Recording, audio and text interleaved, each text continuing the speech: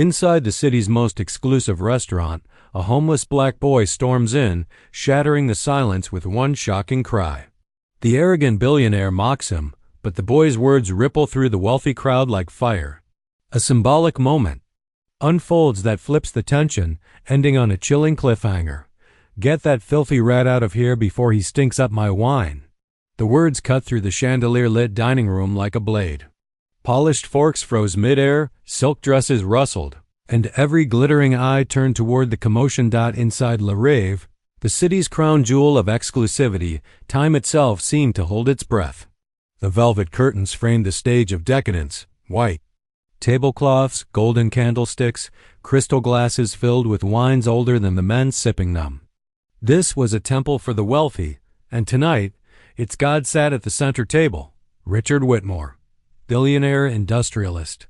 The man who, with a flick of his pen, controlled more factories than the city had churches.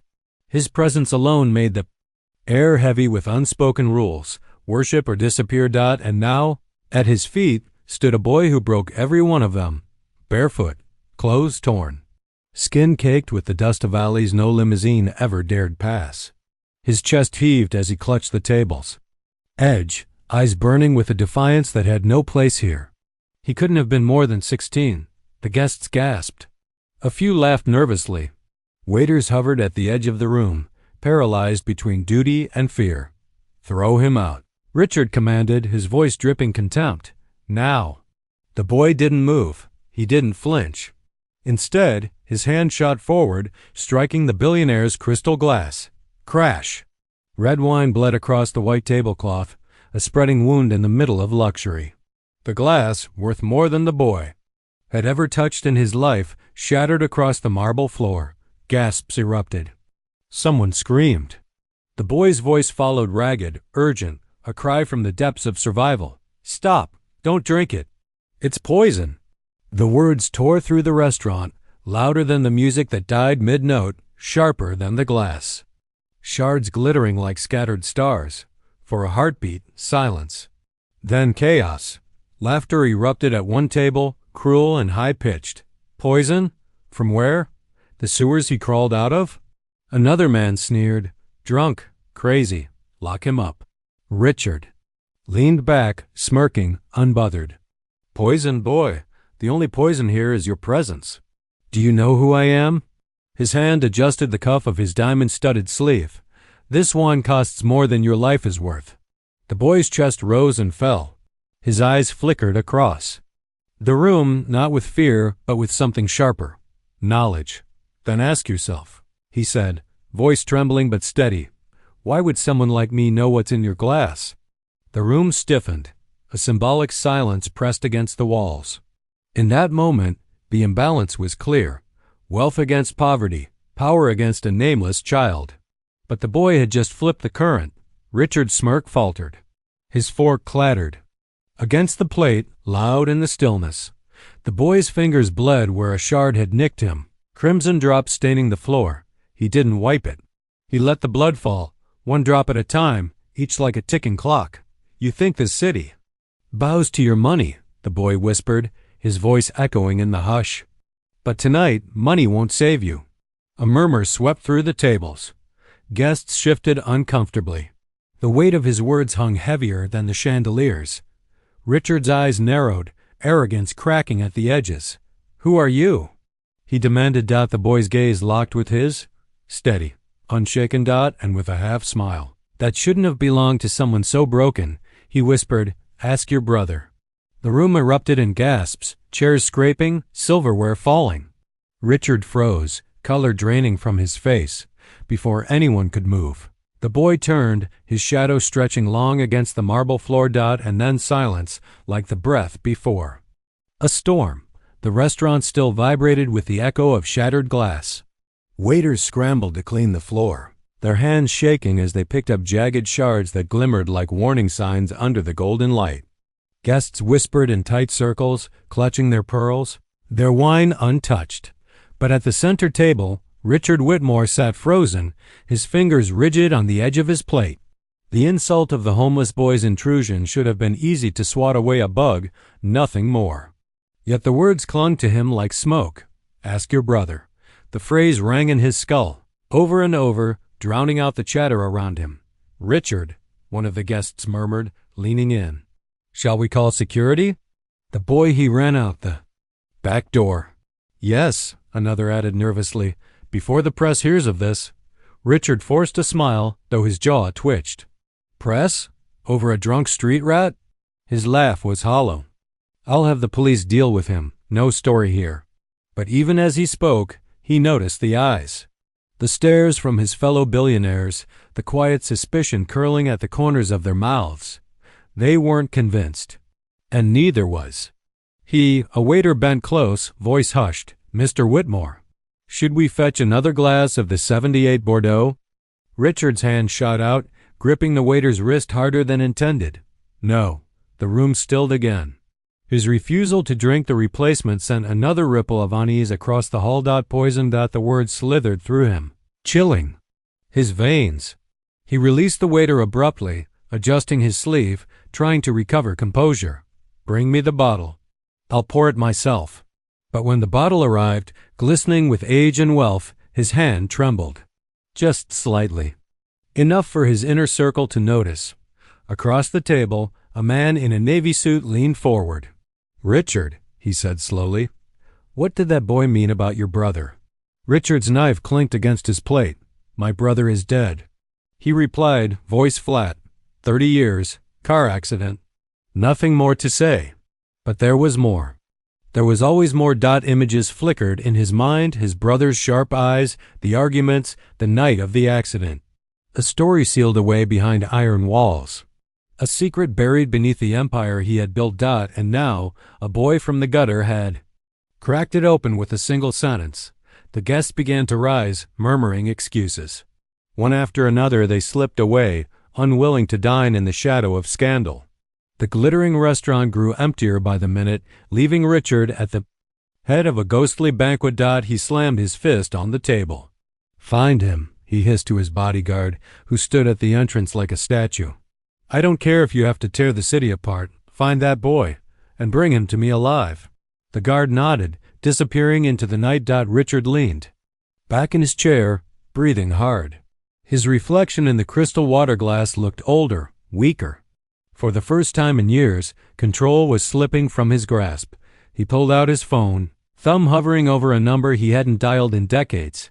A name that burned like acid on the screen, Marcus. But before he could press it, a message flashed across his phone. You can't hide forever. The truth is already moving. No sender, no trace. Just a black screen that swallowed his reflection whole. Richard's grip tightened. Somewhere out there, in the alleys and shadows, a boy knew too much. And if the truth surfaced, it wouldn't just poison his wine. It would poison his empire. The Whitmore mansion loomed like a fortress against the night, its marble pillars glowing beneath silver floodlights. The gates closed with a heavy clang. Behind Richard's car, sealing him away from the world he ruled. Yet tonight, even here, he felt no safety. Inside, silence stretched across the cavernous halls. Portraits of ancestors glared from gilded frames, their painted eyes full of cold judgment. Richard's footsteps echoed on polished stone as he climbed the staircase, his mind shackled to the words he couldn't erase. Ask your brother. He poured himself a drink from the cabinet whiskey, not wine, and sat by the fire. Flames licked at the logs, shadows dancing across his face. He had spent 30 years burying Marcus, both in the ground and in his memory. He told the world it was a car accident, a tragedy. End of story. But in truth, it was the beginning of his empire. Richard closed his eyes. He saw Marcus again, his younger brother, brilliant and defiant, the one who questioned every shady deal, who warned that their fortune was built on poison, chemicals, factories dumping waste into rivers, contracts that cut workers' lives short. Marcus had wanted out. And then, the accident. Richard gritted his teeth, drowning the thought in another. A knock at the door jolted him. His butler entered quietly. Sir, the police wish to speak with you about tonight's disturbance. Richard waved him off. Tell them I'll deal with it privately. No reports, no records. Yes. Sir, The butler hesitated.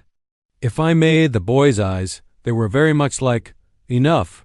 Richard snapped, rising so fast the glass shattered in his hand. Whiskey burned his skin, mingling with blood. Never mention this again. The butler bowed and withdrew, leaving Richard alone with the fire, his heart pounding far across the city. The boy slipped into the underground ruins of a train station abandoned decades ago.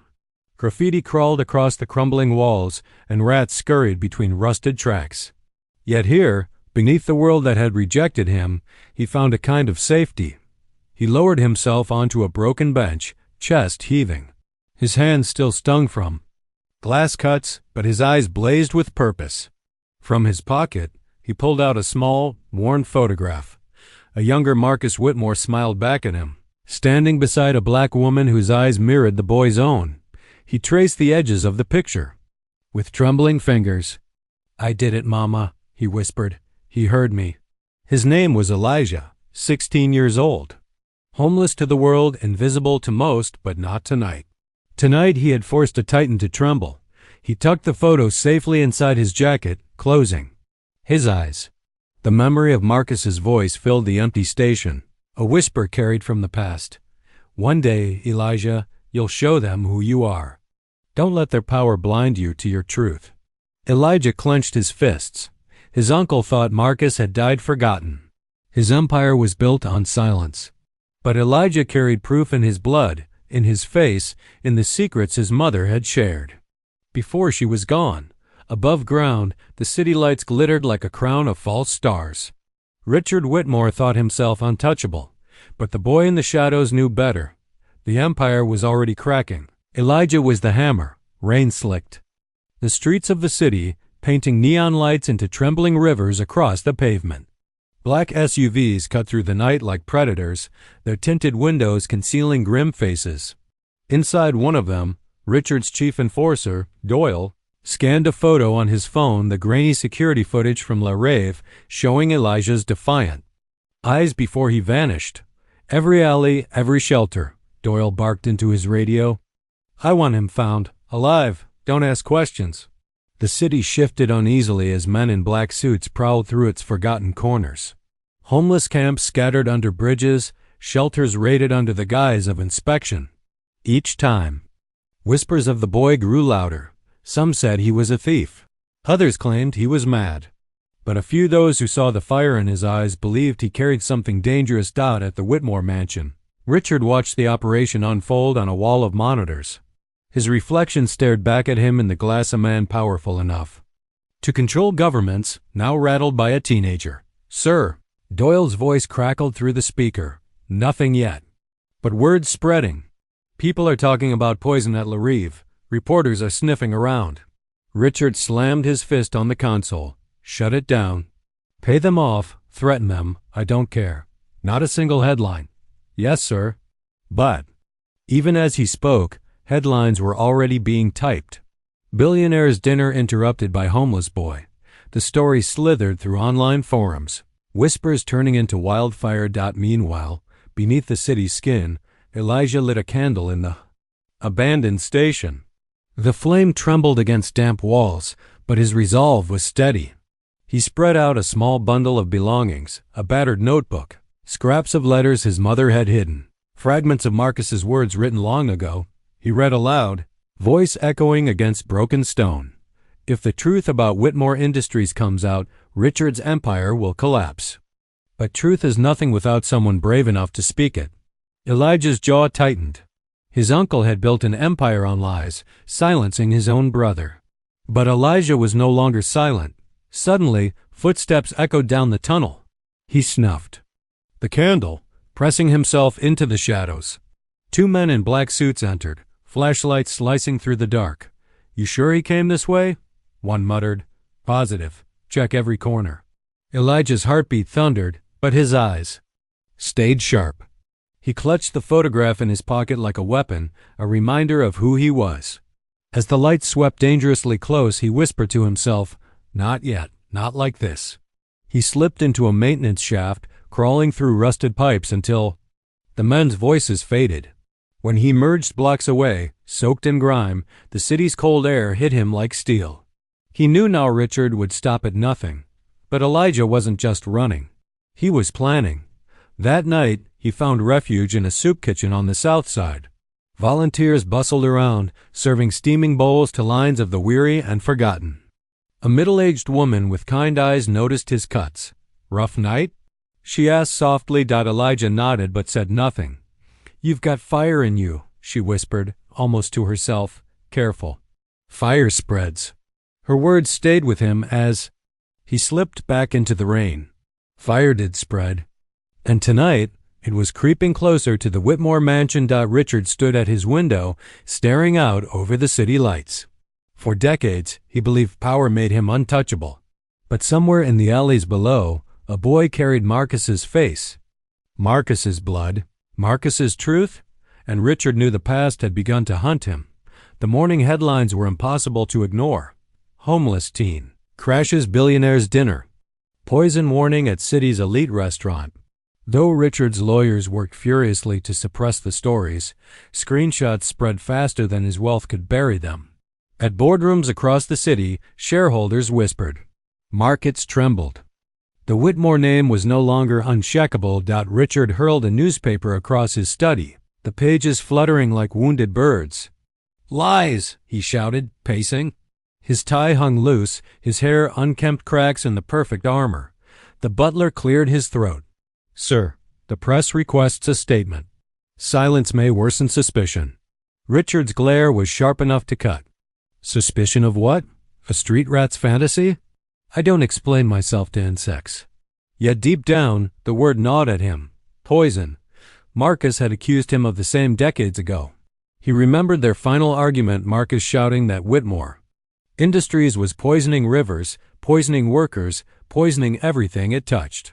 Richard had laughed then. But now Marcus's ghost seemed to laugh back.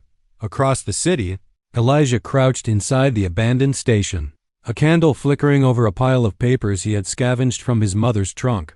Water-stained, faded, but powerful. Contracts. Receipts. Handwritten notes signed by Marcus. One letter shook him the most. "If anything happens to me, it will not be an accident. Richard is covering his crimes with blood and money. The factories are poisoning not just rivers but the people. Children are sick. Families dying. If Elijah ever reads this, tell him the truth is his weapon." Elijah's throat tightened. His mother had hidden these for years, protecting him until she no longer could. Now the responsibility burned in his hands. He whispered to the photograph of Marcus, "You tried to stop him. Now it's my turn." Outside, the rain had cleared. The city hummed with restless energy. Elijah folded the papers carefully into his jacket and stepped into the streets. Each billboard that bore the Whitmore logo felt like a lie waiting to be shattered. At the mansion, Richard gathered his closest advisors. Men in suits shifted nervously around the oak table, avoiding his gaze. "We need to release a statement," one ventured. "The boy's words are circulating. People are asking questions. About our factories." Richard's hand slammed the table. "We built this city. Do you think they care where their electricity, their cars, their clothes come from? They don't. They never did. But if the boy has proof? Richard's voice was low, dangerous. "He has nothing." Yet even as he said it, his stomach knotted. What if Marcus had left something behind? He dismissed the meeting. With a wave, storming into his private study. Pulling open drawers, tearing through files, he searched for ghosts. For any trace Marcus might have left that Elijah could find. The fire crackled in the hearth, throwing monstrous shadows on the walls. For the first time, Richard felt the empire he had built wasn't solid stone but fragile glass. One boy, one truth, could shatter it. Elijah, meanwhile, found himself in a library, the kind of place he once thought forbidden to him.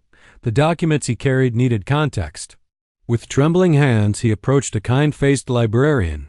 "Do you know how to check records?" he asked hesitantly. She studied him, his dirty clothes, his tired eyes, but instead of judgment, she offered a gentle smile. "For the truth? Always." Hours later, Elijah pieced the puzzle together. Factory permits, medical reports, news, clippings buried in archives. Marcus had been right. Whitmore Industries had poisoned entire neighborhoods with toxic waste. The evidence was undeniable. Elijah leaned back, his heart pounding. "It's real," he whispered. "Everything he said, it's real." The librarian touched his shoulder softly. "What will you do with it?" Elijah's eyes hardened. "Make him choke on it." That night, Richard stared into his mirror, haunted by his own reflection. His brother's voice seemed to rise from the glass, mocking him. "Truth doesn't die, Richard. It waits." And somewhere in the city, that truth was already walking toward him, carried by the very bloodline he tried to erase. The city skyline glowed like a crown of fireflies, but Elijah saw only the shadows between the lights. From a rooftop overlooking the industrial district, he spread Marcus's letters and papers in front of him. The wind threatened to snatch them away, but his grip was firm. The truth was heavy, but it was his. He pulled out a battered flip phone, a relic passed between shelters, used only when absolutely necessary. His thumb hovered over the number scribbled on the back of an envelope. Clara Reyes, investigative journalist. His mother had mentioned her once, long ago. She was Marcus's friend, she had whispered, coughing through sickness. The last person who believed him, Elijah dialed. The ring seemed to last forever. A sharp voice answered, cautious. "Who is this?" "Elijah," he said, his voice cracking. "Marcus Whitmore's nephew. I have proof of what Richard did." Silence. Then a sharp intake of breath. "Where are you?" "Not safe to say I'll find you." She tried to press him for details, but he ended the call, clutching the phone to his chest. His pulse raced. The first stone had been thrown. Meanwhile, inside the Whitmore mansion, Richard's rage boiled. "Find him." He roared at Doyle, slamming his fist on the desk. "Every second he breathes, my empire bleeds." Doyle nodded, unshaken. "We're narrowing the grid. He's using old shelters, back alleys. He's clever, but not invisible." Richard's eyes narrowed. "Invisible or not, he's a child. Break him." But even as he barked the order, a tremor of doubt rippled through him. Marcus had been clever too. Clever enough to threaten everything. And Elijah carried that same fire. The hunt grew ruthless. Men in suits raided libraries, shelters, even hospitals, ripping through files. People were silenced with threats and bribes. But whispers still spread. They say the boy's related to Marcus Whitmore. They say he has proof. They say Richard's empire is poisoned. The city buzzed with quiet rebellion. In factory towns, workers exchanged nervous glances, wondering if their coughs and sick children had names written on them. Chemical names hidden by Whitmore Industries. Richard watched the news in silence, veins pulsing in his temples. A story aired briefly before being cut, an anonymous source hinting at corruption. He smashed the remote against the wall. "He's out there planting seeds." That night, Elijah slipped through the back door of a small cafe where Clara waited. In a corner booth. Her hair was streaked with silver now, but her eyes were sharp, alive with the hunger of truth. She studied him carefully. "You look just like Marcus." Elijah swallowed hard, sliding the papers across the table. "These are his. My mother kept them safe." He wrote about the factories, the poison, the accidents that weren't accidents. Clara flipped through the documents, her hands trembling. "I knew, but this," she looked up, eyes blazing. "This could bury Richard forever." Elijah's voice was steady. "That's why he wants me dead." Before Clara could respond, a shadow fell across the booth. A tall man in a leather jacket. Doyle. His gaze locked on Elijah like a predator finding prey. "Evening," Doyle said softly, sliding into the booth beside them. "Richard sends his regards." Elijah's heart pounded. Clara stiffened, but Doyle's smile was cold, controlled. "You've caused quite a mess, boy," Doyle murmured, "but let's make this simple. You come quietly, and maybe you walk out of this alive." Elijah met his stare, fear clawing at his chest, but Marcus's words steadied him. "The truth is your weapon." He slid the photograph of Marcus across the table, letting Doyle see it. "Do you know who he is?" "My uncle. And I'm not leaving until the world knows what Richard did to him." Doyle's jaw tightened. For a flicker, something unreadable crossed his face. Then he leaned closer, whispering, You have no idea what storm you've just unleashed." Suddenly, Clara pressed a small recorder into Elijah's hand beneath the table, her voice sharp. "Run, now." Elijah bolted from the cafe, the recorder clutched tight. Behind him, Doyle rose slowly, his shadow stretching long, patient, deadly. Hunt was no longer in whispers. It had begun in the open. The night had turned cruel.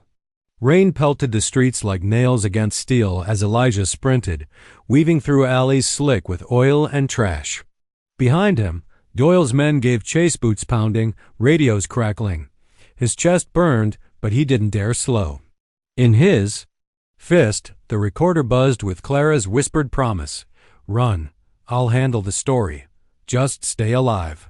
The city blurred around him, neon signs flickering, car horns blaring, the stink of wet asphalt rising. He ducked behind dumpsters, scaling fences with scraped palms, each breath a knife in his lungs. Doyle's voice echoed through the rain. "Spread out. He's just a kid. Corner him." But Elijah wasn't just running. He was learning the rhythm of the hunt. Each shadow, each corner was a teacher. He darted into a subway entrance, the air damp and metallic. Downstairs, a train thundered past, masking his footsteps as he slipped into a service tunnel. Darkness swallowed him. Only the faint glow of exit signs guided his way. His hand brushed the walls, cold and dripping, as Doyle's men fanned out. Above, lost him? One cursed. "No," Doyle replied, his voice calm, almost certain. "He knows these tunnels. He'll resurface. And when he does, we'll be waiting." Across the city, Clara Reyes sat hunched over her desk, the lamp casting a halo of light on Marcus's letters. Her fingers flew across the keyboard, weaving Elijah's story into something undeniable. Headlines burned in her mind. Whitmore Empire built on poison. Marcus Whitmore's death, accident or murder. Every word was a blade, honed sharp with truth. But she knew blades could cut. Both ways. Already, her phone buzzed with anonymous threats. "Stop digging, or you'll join him." She ignored them. For decades, she had carried the weight of Marcus's silenced voice. Now, through Elijah, that voice screamed again. But even as she typed, she feared for him. The boy had fire, but fire alone could be snuffed out. At the mansion, Richard Whitmore paced like a caged animal. The monitors on his wall flickered with camera feeds. Streets, offices, even private networks hacked by his men. But none showed Elijah. "Doyle?" He barked into the phone. "Close," came the reply. "He's slippery. Knows the city better than expected." Richard's teeth clenched. "Don't underestimate him. He has Marcus's blood. That makes him dangerous." A pause. Then Doyle asked quietly, "Sir, what if he's right about the factories, about the poison?" Richard froze. His grip tightened on the phone. "Do you work for me, Doyle, or for the ghosts of the past?" Doyle's voice went flat. "For you, always." But Richard knew doubt had been planted. Doubt was poison too, and it spread faster than chemicals. Elijah emerged from the tunnel. Hours later, drenched and shivering, he found refuge under an overpass where a small fire burned in a barrel, surrounded by other homeless souls. They eyed him cautiously, but one man offered space. "You're running from something," the man said, his voice gravelly. "From someone," Elijah corrected. The man chuckled bitterly. "Aren't we all?" Elijah warmed his hands over the fire. The recorder pressed to his chest. He thought of Marcus, of his mother, of Clara typing furiously in the dark. He wasn't just running anymore. He was carrying a torch. One of the others at the fire, a woman with sunken eyes, leaned closer. "I heard about you. The boy who shouted in the rich man's palace. They say you warned of poison." Whispers rippled through the group. Elijah swallowed. "It's true, and the world needs to hear it." The woman's gaze softened. "Then don't stop, even if it kills you." Her words sank deep, both blessing and curse. By dawn, Clara's article was nearly complete. She arranged a secret meeting with a trusted editor, but the risk gnawed at her. Every move could be watched. Every call tapped. Sure enough, a black car lingered outside her building. Men in suits sat inside, eyes cold as glass. Clara's heart raced, but she didn't stop typing. "Elijah," she whispered into her phone. leaving a voice message. I'll publish this, but you must stay hidden. They'll come harder now. Protect yourself. And remember, you're not alone. Back at the mansion, Richard stood before a portrait of Marcus, dust gathering on its gilded frame. You should have stayed silent, he muttered.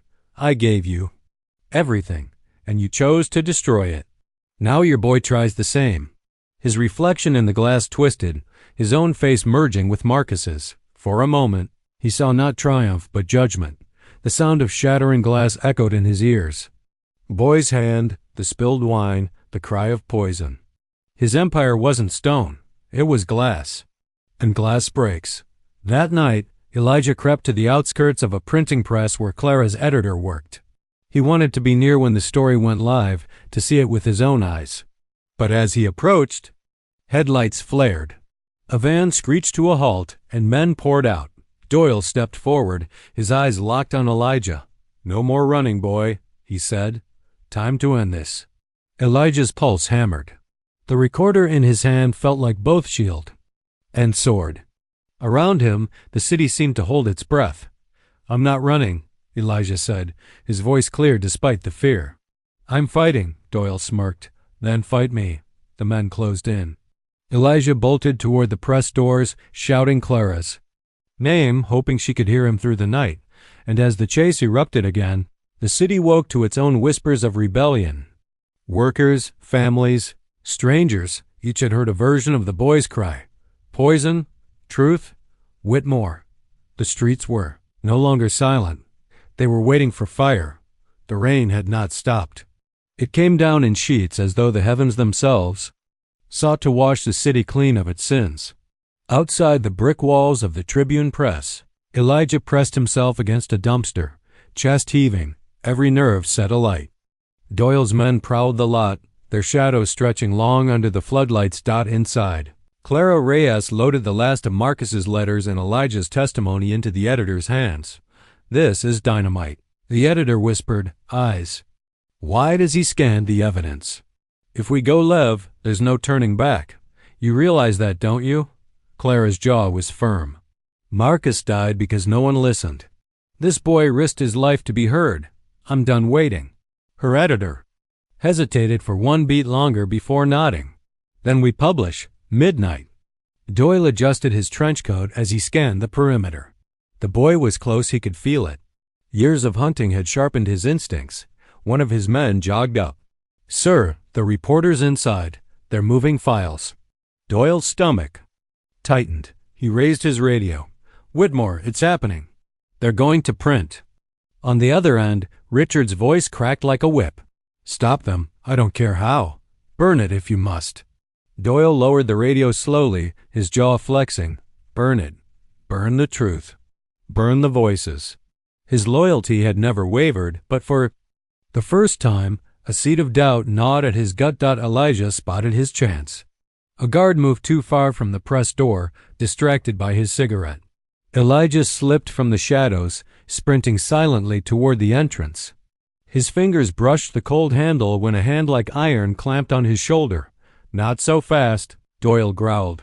Elijah spun, eyes blazing. You can't stop this. The truth is already in motion. Doyle dragged him back, his grip vice-like. Truth doesn't matter, boy. Power does. But Elijah didn't flinch. Then why do you look so afraid? The words hit their mark. Doyle's eyes flickered, a shadow of something human beneath the steel. For a heartbeat, the rain fell between them like a curtain of judgment. Inside, Clara's editor, send. Files transmitted. Backup servers engaged. Thousands of documents now lived in the bloodstream of the internet, waiting to be replicated and shared. Clara's phone lit up with confirmation. Story published. She closed her eyes, whispering a prayer for Elijah. In his mansion, Richard's world collapsed in real time. Screens around him erupted with headlines. Whitmore chemical empire linked to deadly poison. Marcus Whitmore's secret letters reveal corporate murder. News anchors' voices clashed, social feeds flooded, protest calls surged. The empire he had built on silence was drowning in sound. Richard roared, smashing a glass against the floor. Find them. Kill the story. Kill them both. But it was too late. His command echoed into a storm he could no longer command. Back at the press, Doyle shoved Elijah against the wall, rage and conflict warring in his eyes. You think exposing Whitmore makes you a hero? You don't understand how deep this runs. Elijah's voice shook but held steady. I don't need to. People know now. That's enough. The boy's defiance burned brighter than the floodlights. Doyle raised his fist, then froze. He saw Marcus's face and Elijah's eyes, unyielding, unbroken. Even in the shadow of death, the fist lowered. Elijah, Doyle muttered, almost to himself. You don't know what you've started. I know exactly, Elijah shot back. Before Doyle could respond, shouts erupted across the lot. Protesters had gathered ordinary citizens, workers from the factories, mothers who had lost children to the poison. They carried signs, their voices rising above the storm. Justice for Marcus. Whitmore must fall. No more poison. Doyle's men faltered, exchanging nervous glances. This wasn't the boy they were fighting anymore. It was a movement. Clara burst through the press doors, her coat plastered to her skin by the rain. She saw Elijah pinned against the wall, Doyle looming over him. Let him go. She shouted. Doyle turned, torn between duty and conscience. His men shifted uneasily as the crowd's chants grew louder. Elijah's right, Clara pressed her voice carrying over the storm. The truth is out. You can't kill it. Not this time. Elijah's chest rose and fell with fierce defiance. If you kill me, Doyle, you'll only prove us right. For a long, aching second, Doyle stood frozen in the rain. Then, with a curse, he released Elijah, shoving him toward Clara. Go, he growled. But understand this, Whitmore won't stop until he's destroyed you both. Elijah staggered into Clara's arms. She steadied him, whispering, It's done. The world knows. Far above, in his penthouse, Richard watched footage of the protests on his screens. Thousands now filled the streets, their voices like thunder rolling through the city. His empire had been untouchable for decades, shielded by wealth and fear. But now fear had shifted sides. For the first time in his life, Richard Whitmore felt the chill of power slipping from his grasp. Back at the protest, Elijah climbed onto a crate, his drenched clothes clinging to his frail frame. The crowd fell, silent as his voice rang out, cracked but unyielding. My name is Elijah. I was nobody to you yesterday. A homeless boy you passed without seeing. But I saw the truth, and I shouted. Tonight, you heard me. And together they can't silence us anymore. The crowd erupted in cheers, fists raised to the storm. Clara watched, tears streaming down her face, as the boy who had once slept in alleys became the voice of thousands. And in the shadows, Doyle lit a cigarette, his expression unreadable. For the first time in years, the smoke in his lungs felt bitter. The fire had begun, and nothing could put it out. The city was on fire, not with flames, but with voices. Streets overflowed with protesters carrying banners, chanting Elijah's name, Marcus's name, shouting for justice. What began as whispers in the rain had become a storm too loud to ignore. Elijah walked among them, his hoodie soaked, his face tired yet resolute. Every few steps, strangers clasped his shoulder, offering food, umbrellas, words of strength. To them, he was no longer just a homeless boy. He was the messenger who dared to shout poison in the halls of power. Clara stayed close, notebook in hand, recording the chants, the signs, the testimonies of factory workers finally breaking their silence. This is history, she whispered, and you're standing in the middle of it. But Elijah's eyes weren't on the crowd. They were fixed on the looming tower of glass in the distance, Whitmore headquarters, glowing like a fortress. History won't be finished until he falls, Elijah said. Inside that tower, Richard Whitmore's world cracked. His boardroom, once a cathedral of obedience, now roared with dissent. Suits shouted across the table, waving newspapers, phones, court orders. The stock is crashing. Regulators are swarming the factories. Your son's letters are on every major outlet. This company is finished. Richard slammed his fist on the mahogany table, silencing them. Do you think I built this empire to be toppled by a street rat and a bitter old reporter? His voice thundered. I will bury them both, tonight. The board members exchanged fearful glances. Some stood to leave, muttering about resignations, indictments, fleeing. Richard barely noticed. His mind was consumed by one image, Elijah's defiant eyes. Night fell heavy, but the protests only grew. Police barricades groaned against the weight of thousands. Chants echoed off skyscrapers. Elijah stood at the front lines, his chest tight, but steady. Clara beside him, Doyle lingering in the shadows a few yards away. The detective's face was pale, conflicted, but he hadn't raised a hand to stop the protests. Not yet. Then the crowd parted, gasps spreading like wildfire. A black limousine rolled slowly through the barricade, escorted by armed guards. Its tinted windows reflected the fury of the people. The door opened. Richard Whitmore stepped out. The billionaire's suit was immaculate, but his face was etched with fury, exhaustion, and the brittle pride of a man cornered. The crowd hurled boos, curses, bottles that shattered at his feet. But he walked through it all like a king facing rebels. His eyes locked on Elijah. "You?" Richard spat, voice cutting through the noise. "The boy who thinks he can bring down an empire with a scream." Elijah stepped forward, heart hammering but voice steady. "Not just me, them." He gestured to the sea of faces behind him. "We're all screaming now," Richard sneered. "Do you know what I did for this city? I fed it, built it, ruled it. And you filth from the gutter think you can judge." Me?" Elijah didn't blink. "Your wealth poisoned families. Your greed killed Marcus, and you thought no one would notice. But I noticed, and now the world does too." The crowd roared approval, surging forward until riot shields rattled. Richard's hand snapped upward. His guards raised rifles, pointing them at Elijah. The chants faltered into gasps. Mothers pulled children back. Clara's heart stopped. "Elijah, no." But Elijah stood firm, rain dripping from his chin, eyes locked on Richard. "You can." "Kill me," he said, his voice calm, cutting through the silence like glass. "But you can't kill the truth. Not this time." For the first time, Richard's face wavered. He saw Marcus in Elijah's eyes, his son's quiet rebellion, a dignity that had once threatened his empire. A ghost stared back at him, unforgiving. Suddenly, Doyle stepped forward. His pistol glinted under the floodlights. The crowd screamed. Clara froze. Richard smirked. "Do it, Doyle. End the charade." For a heartbeat, the city held its breath. Doyle's hand trembled. He looked at Elijah, then at Richard, then at the thousands chanting for justice. His voice cracked like breaking stone. "No." Gasps rippled through the crowd. Richard's eyes widened. Doyle turned his gun not at Elijah, but at Richard. "You poisoned the city. You killed Marcus. And you used me to bury it. No more." The crowd erupted, some screaming in shock, others cheering in raw disbelief. Richard's arrogance cracked at last. "You wouldn't dare." Doyle's voice was cold, final. "Watch me." But he didn't fire. Instead, he lowered the weapon and tossed it to the ground. His voice carried like thunder.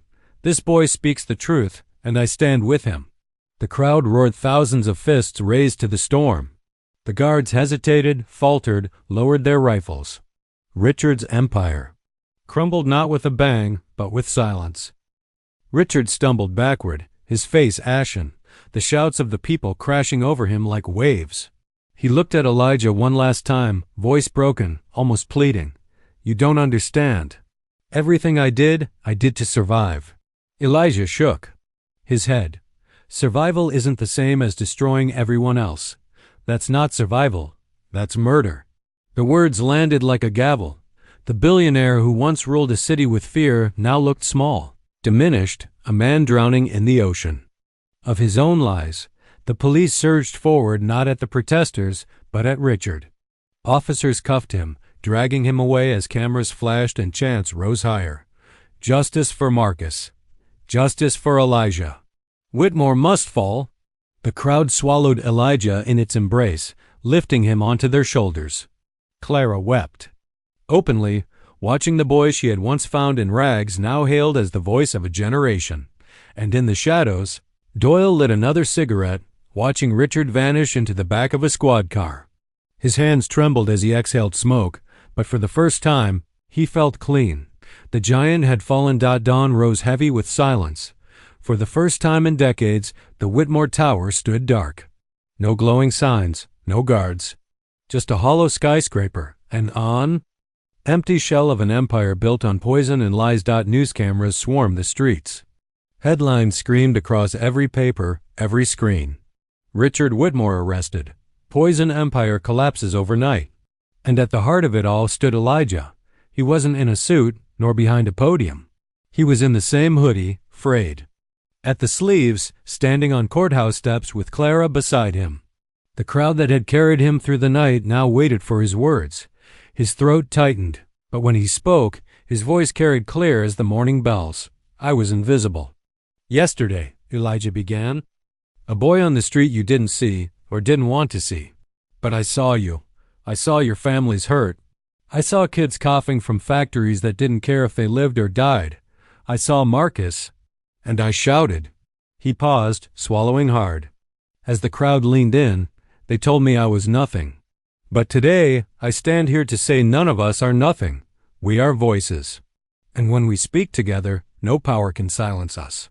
The crowd erupted, chants shaking the very steps beneath him. Clara placed a steadying hand on his shoulder, pride shining in her eyes. Later, in the press office, Clara sifted through a mountain of letters flooding in. Survivors, families, workers all thanking Elijah for the courage to speak. She tucked one aside, a note from a young girl whose father had died in the factories. Because of Elijah, my voice matters too.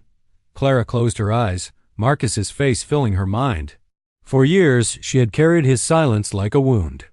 Now, through Elijah, that silence was broken. She whispered into the quiet room, "Your son did what we couldn't, Marcus." He made them listen.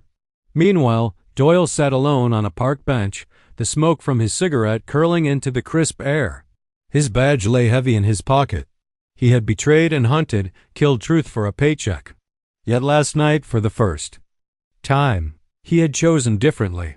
A boy had stared into his soul and reminded him of something he thought long dead. Conscience. When Elijah approached, Doyle stiffened. He half expected anger, hatred. But Elijah simply sat beside him. "You didn't." "Shoot," Elijah said quietly. Doyle let out a bitter chuckle. "Didn't mean I wasn't going to." "I've got a lot to answer for, kid." Elijah nodded. "Then answer for it. Do the right thing now?" The detective studied him for a long moment, then ground his cigarette into the pavement. "Maybe Well, for Marcus, for you. It wasn't redemption, not yet. But it was a start. Richard Whitmore's trial became the spectacle of the decade. Prosecutors laid out a mountain of evidence: Clara's articles, Marcus's letters, the factory records Elijah had smuggled out. For once, Richard sat not at the head of a table, but in a defendant's chair, his suit wrinkled, his eyes hollow. Verdict was inevitable. Guilty on all counts. The courtroom erupted with gasps and cheers. But Elijah didn't cheer. He simply watched, quiet, as the man who had once sneered down at him was led away in chains. It wasn't triumph he felt. It was something deeper. Justice, not revenge. Months passed. The factory shut down. Workers received compensation. Laws were written to protect the powerless. And Elijah? He no longer slept under bridges. He no longer scavenged for scraps. With Clara's help, he enrolled in school, studied hard, and began working part-time at the very newsroom where his voice first shook the world. One evening, walking home past a mural painted on a brick wall, Elijah stopped short. It was his face spray-painted in bold strokes, mouth open mid-shout. Beside him, Marcus's portrait glowed, their eyes aligned as if father and son stood together. The words sprawled across the mural read, "One voice can change everything." Elijah stared at it for a long time, tears burning at the corners of his eyes. For the first time in his life, he didn't feel invisible. On the anniversary of Marcus's death, a small gathering took place in the city square. Clara read aloud from Marcus's last letter, her voice trembling but steady. Doyle stood in the crowd, hat in his hands, silent but present. When Clara finished, she handed the microphone to Elijah. He looked out at the faces before him, families, workers, children who now had hope for a future not poisoned by greed. He thought of Marcus, of Clara, of the boy he once was. hungry and unseen. "I don't know what tomorrow holds," Elijah said softly. "But I know this, we won't be silenced again. Not me, not you, not anyone." The crowd bowed their heads. In a moment of silence, not of sorrow, but of unity, that night Elijah walked alone through the city. The streets still smelled of rain, but the light seemed warmer now. The tower that once bore the Whitmore name stood abandoned, a hollow reminder that power built on lies cannot last. He sat on the steps of a library, watching the world move around him, couples, children, strangers with laughter in their voices. For the first time, he felt not outside of it, but part of it. The boy who once yelled in desperation had become the voice of a city, and as the wind carried the echoes of protest chants long faded, Elijah whispered into the night as if speaking. To Marcus, to his mother, to everyone who had been silenced before him, they heard us. And for once, the silence answered back not with emptiness, but with peace.